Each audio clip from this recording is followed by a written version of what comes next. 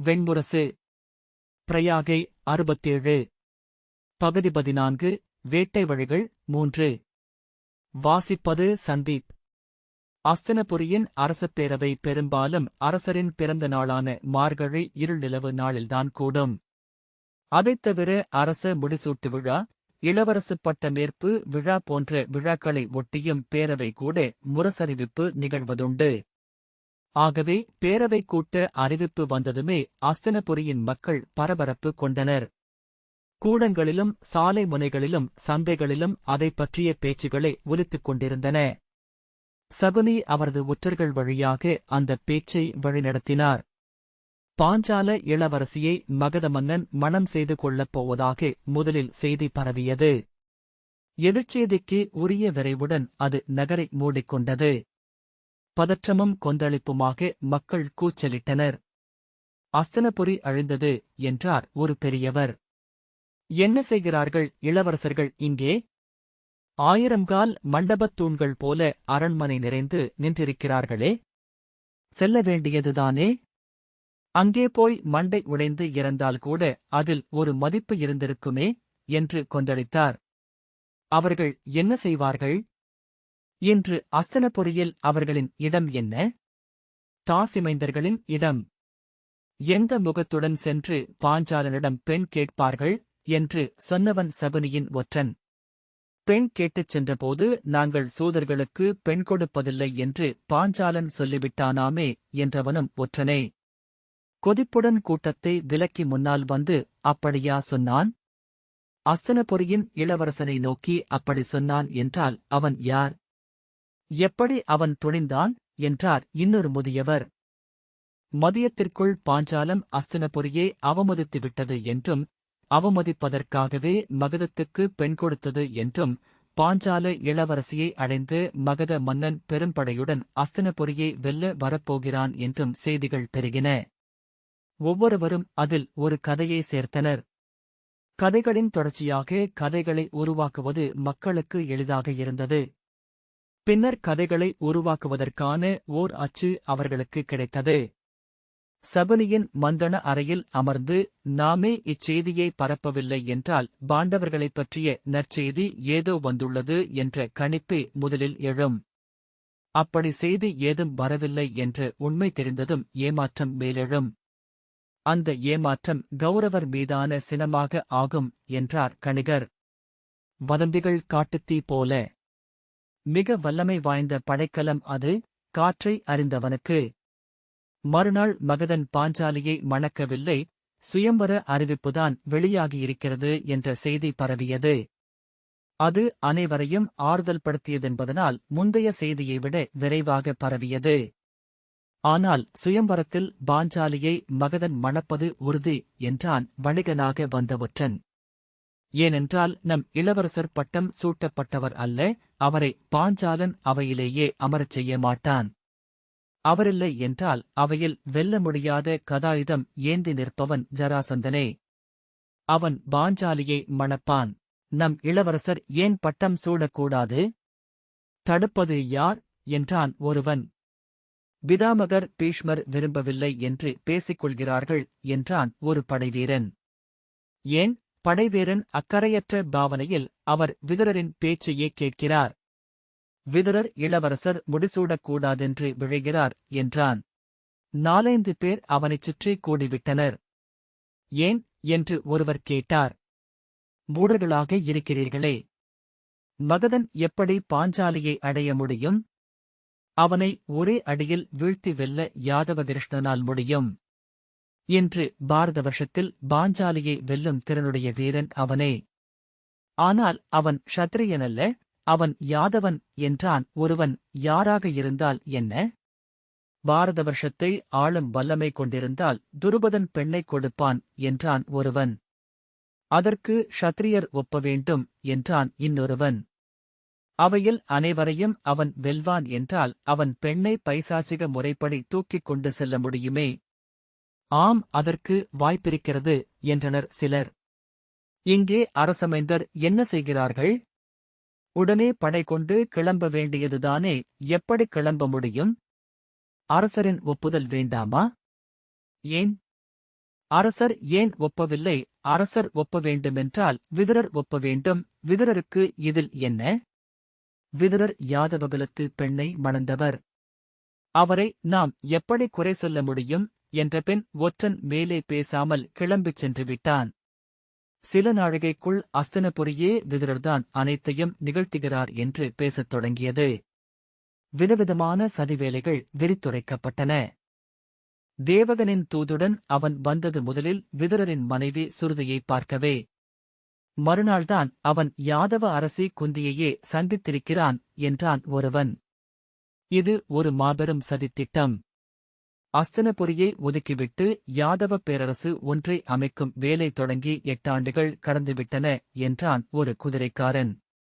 அஸ்தினபுரி இப்போதே தோற்றுவிட்டது. நம் மைந்தர்கள் துவாரகைக்கு கப்பம் கொடுப்பார்கள். இங்குள்ள யாதவர்கள் அவர்களை அடே என்று அழைத்து சாட்டையாலடிப்பார்கள். சதித்திட்டங்களைப் பற்றி பேசுவது அனைவருக்கும் பிடித்திருந்தது. அவர்கள் எந்த அளவுக்கு அதிகாரத்தை விட்டு வெளியே எளிய மனிதர்களாக இருந்தார்களோ அந்த அளவுக்கு மாபெரும் சதித்திட்டங்களை கற்பனை செய்தார்கள். சிக்கலான சதித்திட்டங்களை சொல்பவர் நுண்ணறிவுடையவராக, பிறர் அறியாததை அறிந்தவராக தோன்றினார். ஆகவே ஒருவர் ஒரு சதித்திட்டத்தை விளக்கி முடித்ததுமே முகத்தை தீவிரமாக்கிக் கொண்டு மெல்லிய குரலில், சரியாகச் சொன்னீர்கள், ஆனால் அதில் ஒரு சின்ன செய்தியை சேர்க்க விரும்புகிறேன் என்று இன்னொருவர் இன்னொரு சதித்திட்டத்தை சேர்க்கத் தொடங்கினார். சதிவலை விரிந்தபடியே சென்றது. விதுரர் கிருஷ்ணனின் ஆதரவாளராக அமைந்து அஸ்தினபுரியை அவனை நோக்கி நடத்திச் செல்வதாக அவர்கள் சொன்னார்கள். அஸ்தினபுரி யானை. அதை வைத்து கல்லெடுக்கச் செய்து அவன் தன் அரசை கட்டுகிறான். அஸ்தினபுரியின் படைகளைக் கொண்டு யாதவன் மதுராவையும் கூர்ஜரத்தையும் வென்றான் என்றார்கள். நம் களஞ்சியத்தில் மிகப்பெரிய துளை இருக்கிறது. அந்தத் துளை துவாரகையில் திறக்கிறது. சிந்தித்துப் பாருங்கள். வெறும் யாதவன், தோற்று நகரை விட்டு ஓடிச் சென்றவன், எப்படி இத்தனை குறுகிய காலத்தில் பாரத வருஷத்தின் மாபெரும் நகரம் ஒன்றை நிறுவினான்? சென்ற 15 ஆண்டுகளில் அஸ்தினபுரியில் ஏதேனும் புதிதாக கட்டப்பட்டிருக்கிறதா? ஒரு காவல் கூடமாவது? ஏன்? ஏனென்றால் அஸ்தினபுரி துவாரகையை கட்டிக் கொண்டிருந்தது. கண்ணிழந்த அரசனின் முகத்துக்குக் கீழே நாடு திருடு போய்க் கொண்டிருந்தது. ஒரு நச்சுச்சுழல் போல அந்த ஐயம் பெருகியது. ஒவ்வொரு ஐயமும் முதலில் முன்வைக்கப்படுகையில் திகைக்க வைப்பதாகவும் நீதியுணர்ச்சியை சீண்டி, சேச்சே, என்ன பேச்சு இது? விதுரர் இல்லையேல் இந்த நாடே இல்லை என்று எவரையும் சொல்ல வைப்பதாகவும் இருந்தது. ஆனால் மீண்டும் ஒருமுறை அதைக் கேட்டதும், ஆம், அதில் உண்மை இருக்கலாம். நாம் என்ன கண்டோம்? நாம் எளிய குடிகள். நமக்கு சொல்லப்பட்டதை நம்பக்கூடிய நிலையில் இருப்பவர்கள் என்றனர். அதிகாரத்தில் இருப்பவர்கள் போகங்களில் திளைக்கிறார்கள் என்று அவர்கள் நம்பினர். அந்த போகங்களை அவர்கள் தங்கள் பகற்கனவுகளால் நுரைத்து நுரைத்து பெருக்கிக் கொண்டனர். ஆகவே அவர்களனைவர் மேலும் பொறாமை கொண்டு வெறுத்தனர். அவ்வெறுப்பைக் கொண்டு அவர்களை புரிந்து கொள்ள முயன்றனர். அரசனை அணுகுவதென்றால் என்ன? அவன் விரும்பும் அனைத்தையும் செய்வதுதானே? அதைச் செய்பவன் எதற்கும் துணிந்தவனாகவே இருப்பான். தேவை என்றால் அரசனையும் அழைப்பான். நாம் அவன் நமக்குக் காட்டும் முகத்தைத்தான் நம்புகிறோம். ஒருவன் 40 ஆண்டு காலமாக அரண்மனையின் பூனையாக சுற்றி வருகிறான் என்பதே சொல்கிறதே அவன் யார் என்று என்றார் ஒரு கிழவர். அவரை சூழ்ந்திருந்தவர்கள் தலையசைத்தனர். மீள மீளச் சொல்லப்பட்டவை சலித்தபோது மேலும் பெரிய கதைகள் கிளம்பின. பார்த்தனும் பாண்டவர்களும் கொல்லப்பட்டனர். அது சதி. அதைச் செய்தவர் யார் என்றார் ஒருவர். அனைவரும் அவரை நோக்கினர். அவர் 4 பக்கமும் நோக்கிய பின், சொல்லுங்கள். ஒரு கொலை நிகழ்ந்தால் அதில் நலன் பெறுபவர் அல்லவா முதலில் ஐயப்பட வேண்டியவர்? இன்று பாண்டவர்கள் இருந்திருந்தால் தருமர் அரசனாகியிருப்பார். அவர் நூலறிந்தவர், அறம் உணர்ந்தவர். அவருக்கு அமைச்சரின் சொற்களை நம்பி ஆட்சி செய்ய வேண்டிய தேவை இல்லை என்றார். ஆனால் இன்று விழியிழந்த அரசருக்கு அரண்மனைக்குள்ளேயே நடமாட 5 பேர் தேவை. அவரை அமரச் செய்து ஆட்சி செய்வது யார்? மூச்சொலிகள் மெல்ல எழுந்தன. ஆனால் என ஒருவர் கமரும் தொண்டையுடன் சொல்லி, அப்படி சிந்தித்தால் என்றார். நான் சொல்கிறேன் ஏன் என்று. அன்று தருமர் முடிசூடியிருந்தால் முதலில் என்ன செய்வார்? கருவூலக் கணக்கை கேட்பார். அப்படி கேட்டிருந்தால் துவாரகையின் மேல் ஒரு கல் ஏறி அமர்ந்திருக்காது என்றார். சிந்தித்துப் பாருங்கள். விதுரரின் இரு மைந்தர்களும் எங்கிருக்கிறார்கள்? எங்கே? சொல்லுங்கள் என்று அவர் கேட்க மெல்லிய குரலில் ஒருவர் துவாரகையில் என்றார். அப்படியென்றால் அனைவருக்கும் அனைத்தும் தெரிந்திருக்கிறது. தெரிந்தே புறக்கணிக்கிறீர்கள் என்று சொல்லி அவர் சிரித்தார். இனிமேலாவது புரிந்து கொள்ளுங்கள். உங்கள் குழந்தைகள் யாதவர்களின் நுகம் சுமக்க வேண்டுமா என்று முடிவெடுங்கள். குலத்தலைவர்கள் நகருள் நுழைந்தபோது வீரர்கள் வழியாக அப்பேச்சு அவர்கள் காதுகளையும் அடைந்தது. திகைத்து முகம் சுளித்து, என்ன இது வீண் பேச்சு என்றனர். ஆனால் அப்படி ஓர் உணர்வு மக்களிடமிருப்பதே அவர்களை கட்டுப்படுத்தியது. அவர்கள் ஒவ்வொருவராக நகர் நுழைய மக்கள் அவர்களை சாலைகளிலேயே மறித்து கூச்சலிட்டனர். பாஞ்சால இளவரசி வேண்டும். அஸ்தினபுரி படை கொண்டு செல்லட்டும். நாங்களும் உயிர் கொடுக்கிறோம். பாஞ்சால இளவரசி இன்றி எவரும் நகர் நுழைய வேண்டியதில்லை என்று கூவினர். என்ன நடக்கிறது இங்கே? குகர் குடித்தலைவர் மாத்திரர் கேட்டார். மக்கள் வெறிகொண்டிருக்கிறார்கள் என்றான் அவரது மைந்தன் சித்தன். ஒரு முதியவர் கைக்கோலை தூக்கி, குடித்தலைவர்களே, கேளுங்கள். யாதவன் பாஞ்சாலியை அடைந்தான் என்றால் அதன்பின் நாங்கள் உயிர் வாழ்வதில் பொருளில்லை. இந்தக் கோட்டை மேல் ஏறி குதித்து இறப்போம். அஸ்தனபுரியை அசுரக்குருதி கொண்ட ஜராசந்தன் கைப்பற்றுவதைக் காண நாங்கள் உயிருடன் இருக்க மாட்டோம் என்று குரல் உடைய கூவினார். மக்களின் வெறி ஏறி வருந்தோறும் யாதவர்கள் அஞ்சினர். தொடக்கத்தில் யாதவகிருஷ்ணனுக்காக வாதிட்டனர். ஆனால் உணர்ச்சிகளின் விரைவு அவர்களை அச்சுறுத்தியது. எவரும் எதையும் கேட்கும் நிலையில் இல்லை.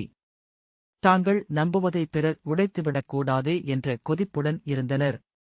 ஆகவே வாதங்களில் மூன்றாவது வரியிலேயே வசை எழுந்தது. பிறர் சொற்களை கேட்காமல் கூச்சலிட்டனர். வாதங்களில் ஒற்றை வரியை பிடித்துக்கொண்டு திருத்துப் பொருள் கொண்டு இளக்காரம் செய்தனர். தனிப்பட்ட முறையில் வசை பாடினர். யாதவர்கள் மெல்ல அமைதியானார்கள். அது மேலும் அவர்கள் மேல் சினம் கொள்ளச் செய்தது. அத்தனை பேருக்கும் அனைத்தும் தெரிந்திருக்கிறது, பார்த்தீர்களா? அவர்களிடமிருக்கும் அந்த அமைதியை காணுங்கள். அவர்கள் குற்ற உணர்ச்சி கொள்கிறார்கள். நாம் அனைத்தையும் புரிந்து கொண்டதைக் கண்டு அவர்கள் அஞ்சுகிறார்கள். அஸ்தனபுரி மேல் யாதவனின் படைகள் எழும் நேரம் கூட இவர்களுக்கு தெரிந்திருக்கும். ஒற்றர்கள் நம் கோட்டைகளில் வளை போட்டு கொடுக்கும் எலிகள் ஒரு குரல். எவரேனும் ஆனால் அவர்கள் இங்கே பிறந்தவர்கள் என்றால் உடனே அப்படியென்றால் இந்த பழிகளைக் கேட்டு அவர்கள் ஏன் தலை குனிந்து செல்கிறார்கள் என்று இளைஞர்கள் கூவினார்கள். முதலில் யாதவர்களை நாம் கண்காணிக்க வேண்டும். அவர்கள் நம் குடித்தலைவர்கள் முன் வந்து நிற்கட்டும். ஒரு கிழவர் அவர்களுக்கு இந்நகர் ஒரு பொருட்டே அல்ல, தருமன் நாடுவிட்டுச் சென்றபோது இந்நகரை உதறிக்கூடவே செல்லத் தலைப்பட்டவர்கள் என நாம் அறிவோம் என்றார். அந்நினைவு சரியான தருணத்தில் எழுந்ததனால் அனைவரும் திகைப்புடன் சொல்லிழந்து ஒருவரை ஒருவர் நோக்கிக் கொண்டனர். அந்நிலையில் யாதவகிருஷ்ணனின் கருடக் கொடியை அஸ்தனபுரியின் கிழக்கு கோட்டை வாயில் முன்னால் நின்ற அரசமரத்தின் கிளையில் யாரோ கட்டினார்கள். காலையில் கொடியை வீரர்கள் எவரும் காணவில்லை. அதற்குள் வணிகர்கள் கண்டுவிட்டனர். கொடி உடனே அகற்றப்பட்டது. ஆனால் மதியத்திற்குள் கோட்டையின் 4 வாயில்களிலும் நூற்றுக்கணக்கான யாதவர்கள் திரண்டு சென்று யாதவ காவலர்களின் உதவியுடன் கருடக் கொடிகளை ஏற்றிவிட்டனர் என்ற செய்தி பரவியது. க்ஷத்திரியர்களும் வணிகர்களும் தெருக்களில் கூடி கூச்சலிட்டனர். இது அஸ்தினபுரி, ஹஸ்தியின் நகரம். இது யாதவர்களுக்குரியது அல்ல, அதை அவர்களுக்கு உணர்த்துவோம். யாதவர்களை பாதுகாப்பவர்களை கண்டுபிடியுங்கள் என்று ஒரு வணிகர் கூச்சலிட்டார். சொல்லுங்கள், இது எவருடைய நகரம்? இதை காக்க உயிர் கொடுக்கப் போவது யார் என்று முதிய க்ஷத்திரியர் ஒருவர் உடைவாளை உருவி மேலே தூக்கி ஆட்டி கூச்சலிட்டார். அஸ்தனபுரி அழிகிறது. யாதவர்களால் இது கொள்ளையடிக்கப்படுகிறது. க்ஷத்திரிய குருதி கெட்டுவிட்டது. குடித்தலைவர்கள் அந்த கொந்தளிப்பின் நடுவே தங்கள் மூடு வண்டிகளில் அமர்ந்து மெல்ல நகர்ந்து அரசவை நோக்கிச் சென்றனர். மாலை அவை கூடுவதற்கு முன்னரே அனைத்தும் முடிவாகிவிட்டன. குடித்தலைவர்கள் அவர்கள் தங்கியிருந்த மாளிகைகளின் சோலையிலேயே கூடி பேசிக் கொண்டனர். பாஞ்சால இளவரசி வந்தாக வேண்டும். பிறிது எதையும் கேட்க அவர்கள் சித்தமாக இல்லை. இந்நகரமே அந்த ஒற்றை எண்ணத்துடன் நம்மை சூழ்ந்திருக்கிறது என்றார் வணிகர் குலத்தலைவரான குபேரர். துரியோதனருக்கு இளவரசு பட்டம் அளிக்க வேண்டும். வலுவான படையுடனும் பெரும்பரிசுச் செல்வத்துடனும் அவரும் கர்ணதேவரும் காம்பிலியத்துக்கு கிளம்ப வேண்டும். அதைத்தான் நம்மிடம் குடிகள் ஆணையிடுகிறார்கள். இளவரசு பட்டம் சூட்டி முடிசூட்ட வேண்டியது அரசர், நாமல்ல என்றார் வேளாண்குடித் தலைவரான நதீஜர். ஆனால் இன்று அரசர் முடிசூட்ட மறுப்பாரென்றால் அது அஸ்தனபுரிக்கு எதிரான விதுரரின் சதியாக மட்டுமே பொருள்படும். அதை நம்மில் எவர் ஏற்றுக்கொண்டாலும் நமது குடிகளை நாம் சென்று சந்திக்க முடியாது. மாத்திரல் சோர்ந்த குரலில் மக்களின் உணர்ச்சிகள் குவிந்துவிட்டால் அதை நாம் வெல்ல முடியாது. இனி தர்க்கங்களுக்கு இடமில்லை என்றார். ஏன் தர்க்கம் செய்ய வேண்டும் என்று சினத்துடன் கேட்டபடி ஸ்திரியர் குலத்தலைவர் பத்ரசேனர் எழுந்தார். துரியோதனர் பட்டம் சூடிச் சென்று பாஞ்சாலத்தை அச்சுறுத்தி அவ்விளவரசியை வென்று வர வேண்டும். அதைச் செய்வது மட்டுமே நம் நாட்டைக் காக்கும் ஒரே வழி. அதைச் செய்ய எவருக்கு தடை இருக்க முடியும்? துவாரகை அங்கே எழுகிறது. இங்கே பாஞ்சாலம் அதனுடன் கைகோர்க்கிறது. நடுவே அரசனற்ற அஸ்தனபுரி தோள் மெலிந்த சூதனின் சொற்களைக் கேட்டு சோர்ந்து கிடக்கிறது. நாம் குடித்தலைவர்கள் மட்டுமே என்றார் நதீஜர். ஆம், ஆனால் நம் குடிகளே இவ்வரசு. இன்று நான் அவையில் பிறிது எதையும் பேசப்போவதில்லை. எழுந்து ஒன்றை மட்டும் சொல்லப் போகிறேன். பிதாமகர் பீஷ்மரின் முகத்தை நோக்கி, இன்று மாலை இதே அரச பேரவையில் துரியோதனர் முடிசூட்டப்பட வேண்டும். நதீஜர், முடியா என்றார். ஆம், மணிமுடி. இளவரசு பட்டமெல்லாம் இனி தேவையில்லை. அந்த பசப்புகளுக்குப் பின்னால் இருந்த சதிகளை எல்லாம் நானும் அறிவேன். இனி அதை நாங்கள் பொறுத்துக் கொள்ளப் போவதில்லை. இனி சூதனின் ஆணையை நாங்கள் ஏற்க மாட்டோம். பிற குலத்தலைவர்கள் அச்சத்துடன் சமைந்து அமர்ந்து விட்டார்கள். பீஷ்மரை எதிர்ப்பது தந்தையை எதிர்ப்பது போல என்றார் நதீஜர். ஆம், ஆனால் தந்தையின் மூடத்தனம் நம் அரசையும் நம் குடிகளையும் அழைக்கும் என்றால், நம் மக்களை அடிமைகளாக்கும் என்றால், அந்த தந்தையின் நெஞ்சில் வேலை ஏற்றி நிறுத்துவதும் க்ஷத்ரியனாகிய மைந்தனின் கடமையே. இனி முடியாதே. இன்று மாலை துரியோதனர் அரசராக ஆகஸ்ட் வேண்டும். இன்றே அவர் கிளம்பி பாஞ்சாலம் செல்ல வேண்டும் என்றார் பத்ரசேனர். பீஷ்மர் எவர் ஆணையையும் ஏற்பவர் அல்ல என்றார் மாத்ரர். பத்ரசேனர், வேண்டாம். அவரது ஆணையை நாங்களும் ஏற்க மாட்டோம். இன்று அந்தச் சூதன் ஒரு சொல் மாற்றுக் கருத்து சொன்னான் என்றால் சபையிலேயே எழுந்து அந்த காட்டிக் கொடுக்கும் வஞ்சகனை வெட்டிப் போடுவேன். ஆம், அரசர் முன்னால் வெட்டுவேன். என்னை பீஷ்மர் கொல்லட்டும். அவை நடுவே என் சடலம் கிடக்கட்டும். க்ஷத்ரியர் அறியட்டும், இச்சதியைக் கண்டபின் நான் உயிர் வாழவில்லை என்று. அவர்கள் முடிவெடுக்கட்டும் என்று கூவினார். பத்ரசேனரின் பெருங்குரல் அவர்களை நடுங்கச் செய்தது. இருகைகளையும் தூக்கி அவர் அறை கூவினார். இன்று அவையில் ஒரே முடிவைத்தான் எடுக்க முடியும். வேறெதையும் நான் ஒப்பமாட்டேன். குடித்தலைவர்களாகிய உங்களிடமும் சொல்கிறேன். எந்தக் குடி இந்த முடிவை எதிர்க்கிறதோ அதை யாதவர்களுக்கு ஆதரவான குடியாகவே என் குடி கொள்ளும். எவர் ஒரு எதிர்ச்சொல் சொன்னாலும் அந்த அவையிலேயே அக்குடிக்கு எதிராக க்ஷத்ரிய பெருங்குடி தீரா போரை அறிவிக்கும். அந்தக் குடிகளில் ஒரு உயிர் எஞ்சுவது வரை க்ஷத்ரியர் போரை நிறுத்த மாட்டார்கள். தன் உடைவாளை உருவி தன் வலக்கையை வெட்டி பெருகிய குருதியை தூக்கி தரையில் சொட்டியபடி கொற்றவை மேல் ஆணை என்றார். யாதவர் குலத்தலைவரான நசீகர், நான் பத்ரசேனரின் ஒவ்வொரு சொல்லையும் ஆதரிக்கிறேன். என் குடி அவருடன் இருக்கும் என்றார். பிறர், நாம் அனைவரும் ஒரே குரலில் சொல்வோம். இன்றே துரியோதனர் முடிசூடியாக வேண்டும். இன்றிரவே பாஞ்சாலத்துக்கு படைகிளம்பியாக வேண்டும். பாஞ்சால இளவரசி அஸ்தனபுரிக்கு வந்தாக வேண்டும். வேறெந்த சொல்லையும் கேட்க நாம் சித்தமாக இல்லை. மறுத்து ஒரு சொல்லை எவர் சொன்னாலும் அவர் நம் முதல் எதிரி. அவரைக் கொன்று அக்குருதியைக் கண்ட பின்னரே அடுத்த சொல்லை நாம் பேசுவோம். அச்சொல்லை அவர் சொல்லிக் கொண்டிருக்கையிலேயே நாம் எழுந்து கொலை வஞ்சனம் உரைத்து அவை விட்டு நீங்குவோம் என்றனர். குடித்தலைவர் எண்மரும் ஆம் என்றனர். அது பீஷ்மரே ஆனாலும் என்றார் பத்ரசேனர். குடித்தலைவர்கள் ஆம் என்றனர். அரை நாழிகைக்குள் ஒற்றர் வழியாக அதை விதுரர் அறிந்தார். வாழ்வில் முதல் முறையாக அவரது கட்டுப்பாட்டை மீறி அச்சமும் துயரும் வெளிப்பட்டது. தெய்வங்களே என்று கூவியபடி நடுங்கும் கைகளை தொழுவது போல நெஞ்சுடன் சேர்த்துக் கொண்டார். தொடைகளும் தோள்களும் அதிர்ந்தன.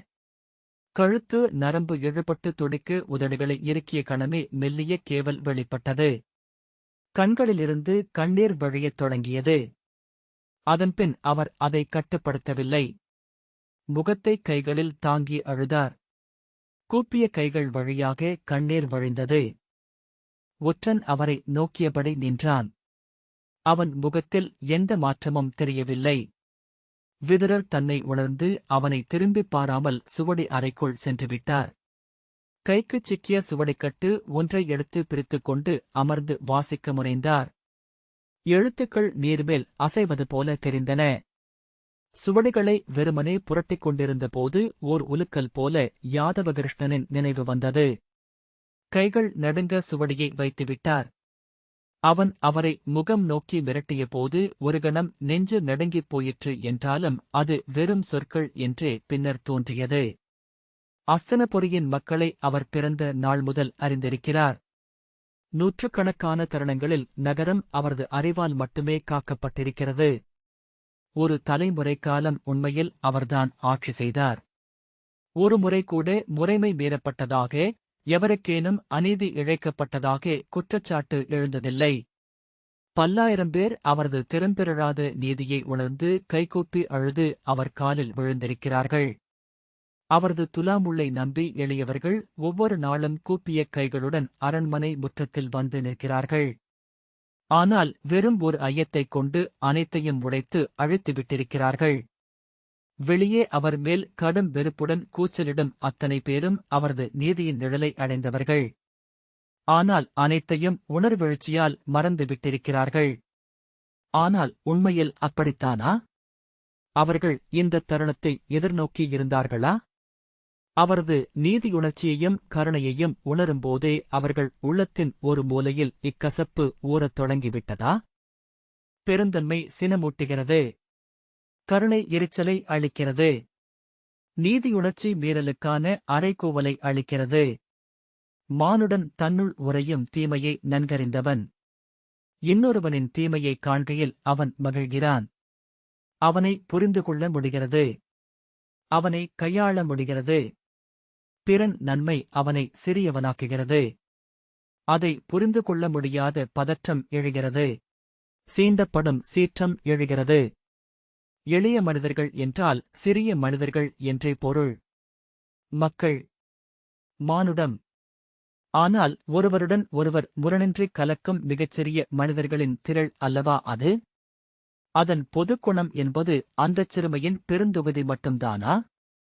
மக்களை வெறுக்காமல் ஆட்சியாளனாக முடியாது என்று ஒரு சொல்லை அவர் அடிக்கடி கேட்டிருந்தார். சௌனகருக்குப் பிடித்தமான சொல் அது. கடிவாளத்தை விரும்பும் குதிரை இருக்க முடியாது அமைச்சரே. அது பொன்னாலானதாக இருந்தாலும் புன்னகையுடன் ஒருமுறை சௌனகர் சொன்னார். எங்கோ ஒரு மூலையில் கணவனை வெறுக்காத பத்தினியும் இருக்க முடியாது. விதுரர் இவ்வகைச் சொற்களை உருவாக்கிக் கொள்வது நம்மை அறிஞன் என்று காட்டும். அதைக் கேட்பவன் அடையும் திகைப்பில் நம் ஆணவம் மகிழ்கிறது என்றார். இருக்கலாம் என்று சொல்லி சௌனகர் சிரித்தார். மக்களுக்காக வாழ்பவர்கள் பெரும்பாலும் மக்களை அறியாதவர்கள். அவர்களைப் பற்றிய தங்கள் உணர்ச்சிமிக்க கற்பனைகளை நம்புபவர்கள். அந்நம்பிக்கை உடையாத அளவுக்கு வலுவான மடமை கொண்டவர்கள். புனிதமான மடமை. தெய்வங்களுக்குப் பிடித்தமான மடமை. அந்த மடமையில் சிக்கி தெய்வங்களும் அழுகின்றன. ராகவ ராமன் தெய்வத்தின் மானுட வடிவம் என்கிறார்கள். அவன் மக்களின் மாண்பை நம்பியவன். அவர்கள் விரும்பியபடி வாழ முயன்றவன். அவர்கள் துயரையும் அவமதிப்பையும் மட்டுமே அவனுக்களித்தனர். அவன் செய்த பெரும் தியாகங்களை முழுக்க பெற்றுக்கொண்டு மேலும் மேலும் என்று அவனிடம் கேட்டனர். மனைவியை மைந்தரை இழந்து வாழ்ந்தான். சரைவில் மூழ்கி இறக்கையில் என்ன நினைத்திருப்பான்? இதோ ஏதுமில்லை, இனி அனைத்தையும் அழித்துவிட்டேன் என்று அவன் அகம் ஒரு கணம் சினத்துடன் உருமியிருக்குமா? சரைவின் கரையில் நின்றிருப்பார்கள் மக்கள். அவன் உண்மையிலேயே தன்னை முழுதளிக்கிறானா என்று பார்த்திருப்பார்கள். ஏதும் எஞ்சவில்லை என்று கண்டபின் மெல்ல, ஐயத்துடன், என்ன இருந்தாலும் அவன் இறைவடிவம் என்றிருப்பார்கள். அந்த ஒரு வரியில் இருந்து அவனைப் பற்றிய கதைகளை சூதர்கள் உருவாக்கத் தொடங்கியிருப்பார்கள். அக்கதைகளை கேட்டு கேட்டு தன் குற்ற உணர்வை பெருக்கிக் கொள்வார்கள் மக்கள். அக்குற்ற உணர்வின் கண்ணீரே அவனுக்கான வழிபாடு. அவன் தெய்வமாகி கருவறை இருளின் தனிமையில் நின்றிருப்பான். விதுரர் நெடுமூச்சுடன் மீண்டும் கிருஷ்ணனை எண்ணிக்கொண்டார். மக்களைப் பற்றி இத்தனை அறிந்த ஒருவன் வேறில்லை. ஆனால் அவன் மக்களை விரும்புகிறான். அவர்களுக்காக தன் வாழ்க்கையை அளிக்கிறான். ஒவ்வொரு கணமும் முழுமையாக மன்னித்துக் கொண்டே இருந்தாலொழிய அது இயல்வதல்ல. இந்நிலையில் அவன் இருந்திருந்தால் என்ன செய்திருப்பான்? இவர்கள் அவனை கல்லால் அடித்துக் கொண்டிருந்தால் எப்படி எதிர்வினை ஆற்றியிருப்பான்? அப்போதும் அவன் இதழ்களில் அந்த புன்னகை இருந்திருக்கும்.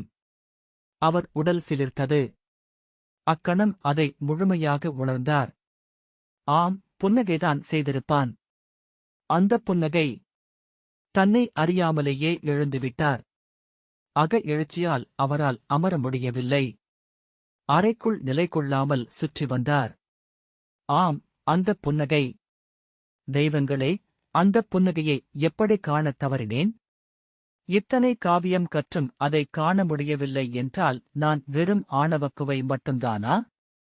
அந்தப் புன்னகை என்று சொல்லிக் கொண்டே இருந்தார் விதுரர். அச்சொல் தன்னுள் மழைத்துளி சொட்டும் தாளமென ஓடிக்கொண்டே இருப்பதை உணர்ந்து திகைத்தார். அவன் புன்னகையை கண்முன் கோட்டைச் சுவரை நிறைத்து வரையப்பட்ட பேரோவியம் போல கண்டார்.